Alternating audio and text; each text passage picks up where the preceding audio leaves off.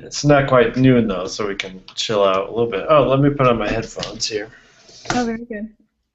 World's most professional podcast. Webcast, whatever.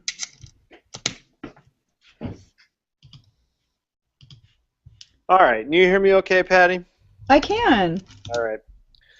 Let me make sure I have the thing open that I need to have open. I do. Okay, so let's get it started. Hello, everybody, and welcome to this week's SEO and IPA. It's the fun weekly hangout about inbound marketing, entrepreneurship, and more for cool people of all shapes, stripes, and colors. As always, I am Daniel Barrett from Two Friendly Nerds. That's TWOFriendlyNerds.com, the world's friendliest web design and marketing company. And with me, as always, like any good internet spider sitting at the center of her World Wide Web, it is Patty D'Alessio from Reinvent Interactive. That is reinventinteractive.com. Patty D'Alessio, how are you, my wonderful friend? I'm terrific, Dan. I'm terrific. Welcome. It's Wednesday. It is Wednesday. It's Wacky Wednesday, as nobody says around here whatsoever. And, you know, it's a lot of you probably, I don't know, some of you probably know this, but my wife is pregnant, what I would call significantly pregnant. Yes. And so she can't eat raw fish, so we haven't eaten sushi in like 9 months, which is hard because she loves sushi. So Wednesdays used to be Wasabi Wednesday because we would go out and get sushi on Wednesday. And it hasn't happened for a long time, and I feel like I miss Wasabi Wednesday because that's a great name. It's a great name, Wasabi Wednesday. It's like, you know what it is, right? Yeah. It's sort of like Tequila Tuesday in my house. Tequila Tuesday, and then then just Tequila Wednesday, and then also no, it's Margarita Monday and then Tequila Thursday. Yeah. Tequila Thursday, and then feeling not so great Friday, and then sad Saturday, and then sun conscious Sunday, and oh my gosh. Anyway, all right. Well, why don't you talk about your beer? I will say right off the bat that I did bring a new beer this week. I forgot, so I'm going to go grab my Victory Dirt Wolf from last week. But I have a bunch of them. They're sitting in my refrigerator. I forgot them. I feel like an idiot. Anyway, what do you have, Patty? Since I'm hoping that you, as has been the case in the past, you decided to carry both of our weights just by yourself. So let's see what you have. Yeah. So what I have here is Arrogant Bastard. Hey, cool. Stone, Arrogant Bastard, you're not worthy. This is a terrific beer. Have you ever had this, Dan? I want to say yes, but I can't remember. I don't know if I've really had it, or it's just I'm doing that thing where it's like I've heard of it or I've seen it, so it's like familiar. Yes. You know what I mean? Yeah. Yes. Well, so this is Stone Brewery, right? One of my favorites. Stone Brewery is located in Escondido, California, which in a couple months I actually might be visiting. My sister-in-law lives there, and anyway, this is a 7.2% alcohol beer. Not that high. They also make a version called Oaked Arrogant Bastard, which is just more arrogant. Yeah, even more arrogant than the first one. Exactly. Yep. More alcohol and just a bigger profile. But anyway, this is just a terrific beer. Cheers. Arrogant Bastard Ale. So it's just a straight up ale. Nothing weird about it. Just nice. How do they describe this? It's really good. They call it aggressive. Yeah, it says this is an aggressive beer. You probably won't like it. So I love it. I love it. I love them. I love almost everything this brewery does. I love the restaurant at the brewery in Escondido. Like it's just all. I'm just a huge fan. There's a restaurant there? I didn't know that. That's cool. Oh, it's gorgeous. It's gorgeous. There's like all these avocado trees and these big huge stones that are all over the property. I mean, it's a destination. The place is terrific. So yeah, Arrogant Bastard. That's pretty cool. Nice job. Thanks. Very nice job. I is like last night I finished off my Apra hops, and I like those. Those are good. Yeah. Very summery. Are you not trying your Dirt Wolf? It's Wednesday at noon. All right, hold on. I'm gonna go get it. This is okay. I'm gonna go get it. We're gonna Patty. Let's challenge the form. You and I. Okay, the form of the Hangout. Let's challenge it.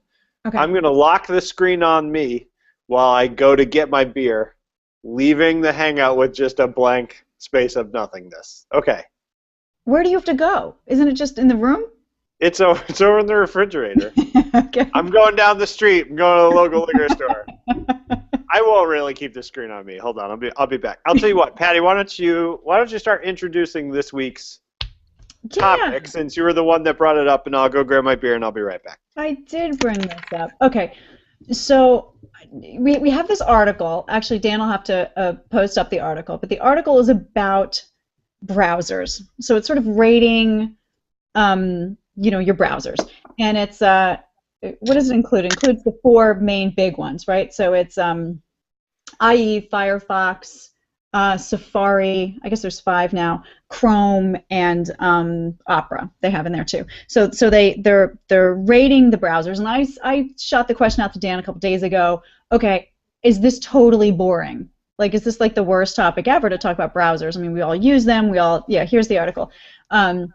But there's actually a lot to know. There's a lot to say. I started reading this. I read a couple other articles. I started taking some notes, and I think that this whole space has changed a lot. I think also people have real personal preferences about browsers, whether it's just what they use all the time, where all their bookmarks are, whatever they're used to is what they like, and then they just kind of get in a rut and stick. But really, this space has changed tremendously, and unfortunately, the article kind of gives it away in the first paragraph. They're like, well, you kind of can't go wrong. I know. I hate that shit, by the way. When you get to the end and they're like, which is best? It just depends. It's like, fuck you.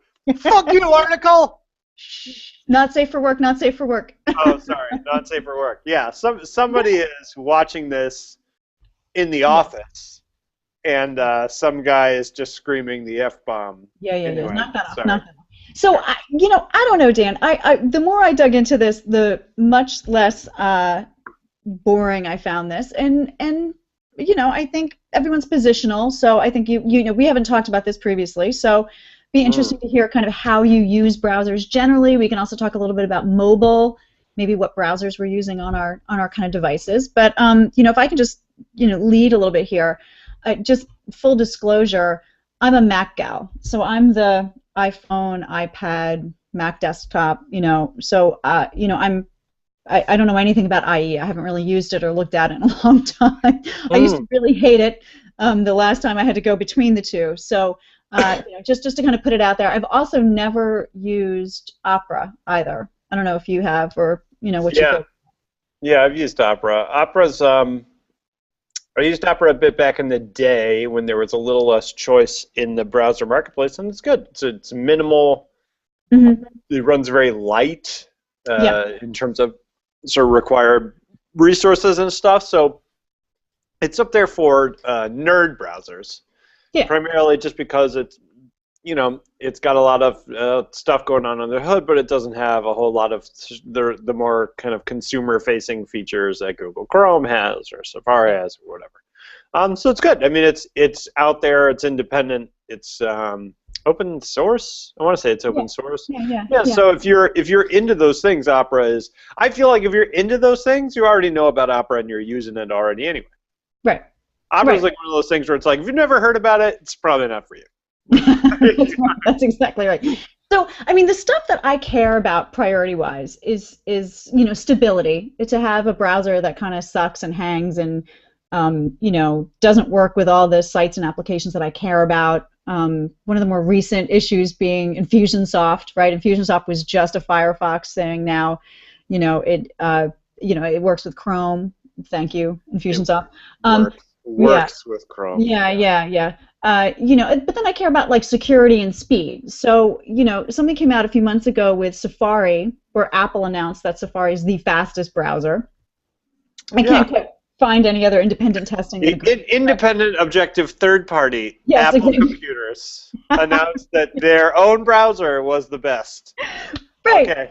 Wasn't that? Didn't that just come out of the last the last big meeting at the beginning of July? Anyway, so that's some of the stuff I kind of care about. I find, again, positional. I'm biased, but I find that Safari and Chrome are among the most stable, at least.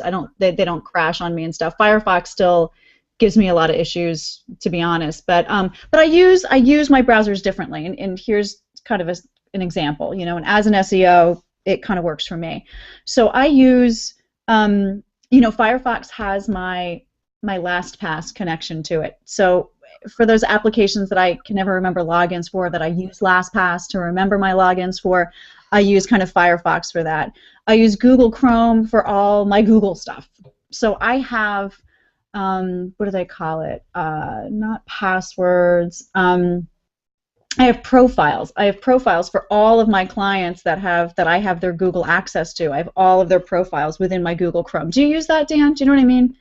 No. The profiles. Talk about that? Yeah, I don't. So that's actually within Chrome itself? Yeah. So check it out. So within Chrome itself, you can be logged into multiple Google accounts at the same time. So in the upper right-hand corner, I have like a little sort of like icon that tells me who I'm logged in on that browser in Google, and then that's a drop down for me, and I have, I don't know, 15 accounts that I've set up on my desktop in my Google Chrome, and I could just kind of just drop down, pick it up, and then I'm logged in as that Google user. And is that in the settings? Where do you get to that stuff? I haven't. Oh, well, there's users. Oh yeah, users. You can add new users. No, you actually add profiles. And it's in the browser itself. It's in the browser itself. And what it does is... if I'm in the settings and it says user, I can add users. I don't see profiles, but anyway, I'm sorry. Keep going. It's cool. I'll post an article if you... It's really sexy. I don't think a lot of people are taking advantage of it. But it is called Profile. So if you look up, create a new browser profile in Chrome, that's kind of what you see. So everybody gets this orange head here. I pull it down, and like for my paleo client, I have a big cupcake. That's her icon. So I know just by glancing at the browser itself who I'm logged in as, right? Anyway, so I love that. That's how I use that. And then Safari, I kind of preserve as I do my reading list in Safari, so kind of like the way you use Pocket, I just add stuff to my reading list because I'm on my iPad or my phone, I come across an article, I just send it to my reading list, right? And I keep Safari as a kind of like safe space where I never kind of log into Google in my Safari browser. So that's my geo-safe browsing Google lookup place. So if I'm doing some keyword research or I just want to see some unbiased, ungeo-targeted SERP, I kind of preserve that for that one browser. Yeah. It's a little old school. It's a little weird. I could log out and remove all my preferences and remove all my history and stuff, but that's just kind of what I do with that. So, do you have any cool plugins that you use for Chrome? That's what I want. I'm excited to talk about Chrome plugins because I love plugging in stuff. So here's the thing. Actually, it's not a plugin, Dan. It's an extension. I believe. Well, whatever. Extension, add-on, plugin, app, whatever, dude. No, so I looked it up. I actually found a whole article on the difference between plugins and extensions, and they're very different. So a plugin is like Flash, right? And then the extension is actually an add-on to the browser itself. That's what I meant. Do you have any cool plugins like Flash that you use? Fine, extensions. Do you have any cool correcting you? Yeah, right. Well, you don't get to do it very often, so you better take it. So let's talk about extensions then, because extensions. I mean, for people who aren't familiar, if you don't use Google Chrome, I mean, and spoiler alert, Chrome is by far and away my favorite browser. We've been talking about Patty's favorite browser. It is the only browser I use, although I do keep Safari. You're saying you use Firefox for certain things. I also kept Firefox mostly for logging into Infusionsoft. I actually keep Safari for taking screenshots.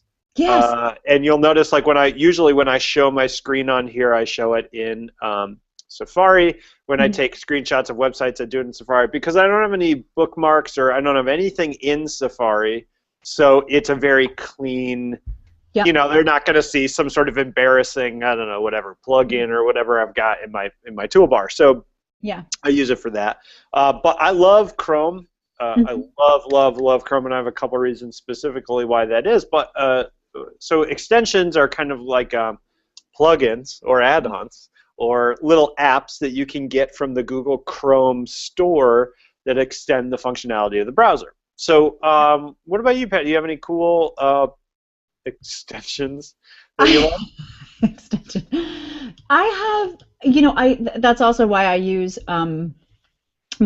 these profiles, because each profile can have its own set of extensions too, like unique. So, I have my own personal, like, Gmail account. That's my name. I've got my work at gmail.com, and I use that for a whole bunch of stuff too. Anyway, I have my nerdy work stuff, right? So I have all the Moz, tool, which I know you do too, because you and I got in on Twitter with Moz. Yeah. Rand himself didn't jump in, but yeah, that was pretty funny. And then I have the Google plugin, so I can check redirects. As a site comes up, I can see where it was redirected from. I have a cool extension here that checks if the Google Analytics code is in the right place on the website. That's I kind of remember you suggested that to me before. Yeah. like if it's there, if they have more than one account on there. I mean, you can do that by searching, just looking at the view source code, but this just makes it really easy, and it tells you whether or not it's in the header or not, which is where Google wants it.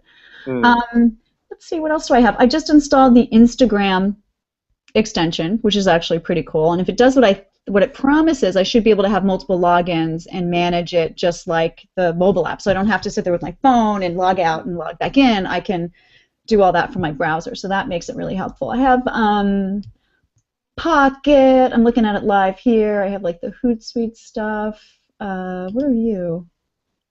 I don't even know what some of these things are, but I do love it. I love shopping for new extensions. I should get my list that shows where my stuff is. But anyway, I just saw a really cool list of kind of funny or fun ones where it like turns your page upside down or it like replaces.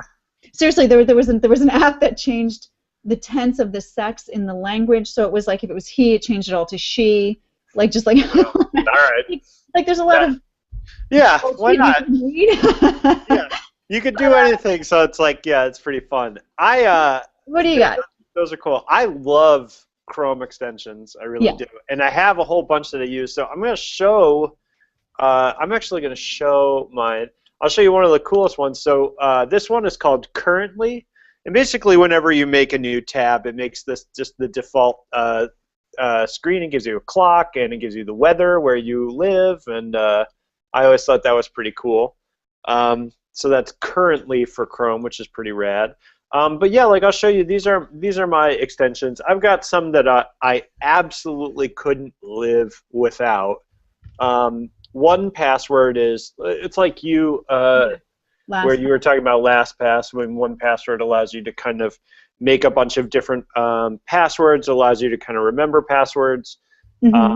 Boomerang Calendar, I absolutely love. It's for Gmail, and what it does is it detects dates in emails. And so, like, let's say you sent me an email in Gmail, and you're like, oh, hey, are you going to be around tomorrow at 2:30? I can hover over the words tomorrow at 2:30, and it shows me my calendar at that time and lets me know if I'm available, and I can create a new event straight from the email, which is really, really great. Clearly, an Evernote web clipper I use all the time. I'm a big Evernote person. They allow you to look at certain websites and kind of strip out all the formatting. So, like, for example, if I look at a blog post at Two Friendly Nerds, and let's say, so this one, let's say that I don't want to kind of look at all this stuff. I just want to look at the article. I click the little Clearly button up here, and it just strips out all the formatting and gives me the text in a very easy sort of thing. That's like what Safari does, right? There's that little Yeah, button. it's sort of Yeah. like the reader thing, and then I can clip it straight to Evernote, or I can like highlight and do all these things to it for Evernote, etc. So that's Tell me pretty what that's cool. called again, Dan? Which one? That's called Clearly. Oh, I like Clearly, it. it's an Evernote plugin. Currently is the one with the date. Fancy hands, a virtual assistant thing. One of my favorite things ever is followup.cc, which Ooh. is I Oh, think you told us about this. yeah, it's a way to kind of snooze an email almost. So usually the way you'll work is, let's say you get an email and you're not ready to deal with it yet, or you want to be reminded of it. You can forward it to, let's say, like noon at followup.cc, and what that does is it'll send you that email again at that time. And this one, the browser plugin kind of allows you to do that with pretty much anything you find. So like if you're on the website, you can have it send you a reminder email or whatever. Honey is kind of a cool one. And I haven't used it a whole ton, but it basically sits in Chrome, and anytime you're checking out of an e-commerce store, you hit a button and it tries to find coupon codes for checkout. So Cool. like if you're on Amazon, it'll usually have like 10 or 15, and it'll try to find one for you. Mozbar, we talked about. Reportive, I really like. Reportive gives you a little information about people in your Gmail. A lot of these are Gmail based, you can obviously tell. So let me try to find one. No. Let's try to find one that has a person. So like for example, this is an email I got from somebody at Zapier. So reportive is this area over here. It finds his email address, puts a little image of him. It also finds his social media, so I can add him to social media things. If he's on LinkedIn, I can add him straight from the right-hand side. I find that really, really helpful. So that's cool. Good way to add a bunch of people to your stuff. Reddit Enhancement Suite, that's for reading Reddit. Save to Pocket. I use Pocket all the time, so I do that. I also have one that sends to the Kindle. I have a Kindle, so I can push web articles to my Kindle sort of automatically. Cool. Can I tell you like one of the best things ever, like literally ever? Yeah. And I wouldn't think this would be a big deal, but this thing is called What Font? And all it does is tell you what font everything is. Shut So up! you I just love click that. on it, and then you hover over it, and it just gives you the name of the font, which is so helpful. I You love would not. that. I know, it's amazing. I want that. All right, I've written down 3 of these that I'm going to add right away. No, here, I have a question though. Yeah. So, my one advice to some of my clients when they're sluggish, they can't browse, everything's like a total disaster, I'm like, what do you have running? What have you done? What have you added to your browser that have totally grind everything to a halt? Because, these are third-party apps, right? They could open you up to a security problem, maybe. One would think they've got that down, but it's definitely going to, they're demons running in the background. They're going to, screw up your stuff, right? I remember notoriously there was this one thing called WeatherBug that used to totally screw up.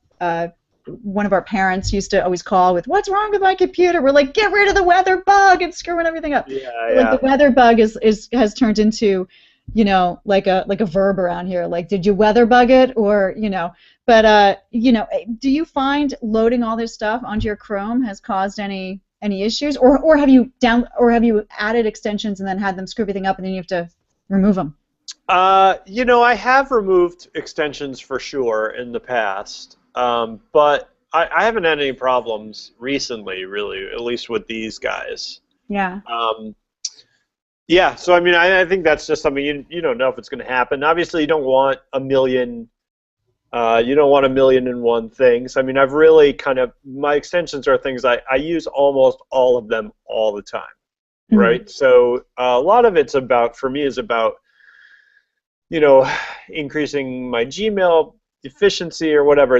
So I'm pretty picky about what I add and what I don't. Um, so yeah, I mean, I haven't had an issue with it. But I think if it did, you would just figure it out, and figure it out by disabling a bunch of stuff, and then. Although, can I say, so I found Chrome to be very fast, very stable. Right. Every now and then you get crashes like anything. It really hasn't bothered me. And there's one thing whenever I use another, and I think you're right that for most other browsers, Mm-hmm. it's all kind of the same. I mean, whatever. Chrome has a lot of extensions, but they all are pretty similar. There's one thing about Chrome that when I use another browser, I am always like, I cannot believe how different it is without this feature, and that's the universal search bar. Yeah. The idea that the URL bar is also the Google search bar. You know what I mean? That should be across the board. Aren't most of them doing that now, though? Well, so Safari is the one that I tend to pop into the most, and it's got a separate search bar. And then I don't remember if Firefox has the universal. Firefox also has a separate search bar, although you can search in the bar. Yeah, it's universal in Firefox for sure. Yeah. Yeah. So, but Safari doesn't, and so it makes such a huge difference. I know. Such a huge difference. It may be the one thing that keeps me from going Safari all the way. I really think it is. And it's funny because Safari is my husband's favorite browser, so we have like browser. He doesn't understand why I just don't love it, and I'm like, I don't know, I just can't get there. And then it's sort of like whatever your default browser is, right? Isn't that where like all your bookmarks are? Like it's almost it's like your pillow. It's like or your like it's your. I was using. For a while I was using Xmarks, which is like a sync service. So it would sync all my bookmarks with all my browsers. Mm-hmm. But Chrome now, I mean, and this is Google's, obviously, it's their strategy to get you to invest in their ecosystem or whatever. But Chrome, the ability to be in Chrome and then like on my phone and say, to flip open to any page I have open in Chrome on my desktop, or to have all those kind of bookmarks sync automatically, which I think they do across devices and stuff. Yeah, they do. I just love that. And you do that in Chrome on your iPhone? On the iPhone, what it does, I don't know. It doesn't sync the bookmarks, but it syncs your open windows and stuff, and it also syncs your history. Oh, see, it does that for Safari for me. Yeah, I don't use Safari, so that may be the case. But and I think we've, this is a commonly discussed trope, right? It's like the progression to the cloud, where everything's kind of, the device is just an interface for something that's kind of out there. Yeah, ooh, the cloud. Yeah. Somebody pay me money, please. Talking about the cloud. So, but it does. It makes things so much easier. And it's bizarre the amount of times that I'll have multiple devices going at once. Like I'll be in front of my computer, but I'll be on my phone. You know what I mean? Everybody's doing that. There's all this research about how you buy and following the user from screen to screen to screen. It's like screen independent. You need to track and that's a whole next topic. We should talk about that. Screen to screen to screen. Something screen like that. Screen. Well, we like to call it screen screen. Screen screen is the new catchphrase. Everyone's using it. Screen independent, multiple screen. Yeah. Yeah.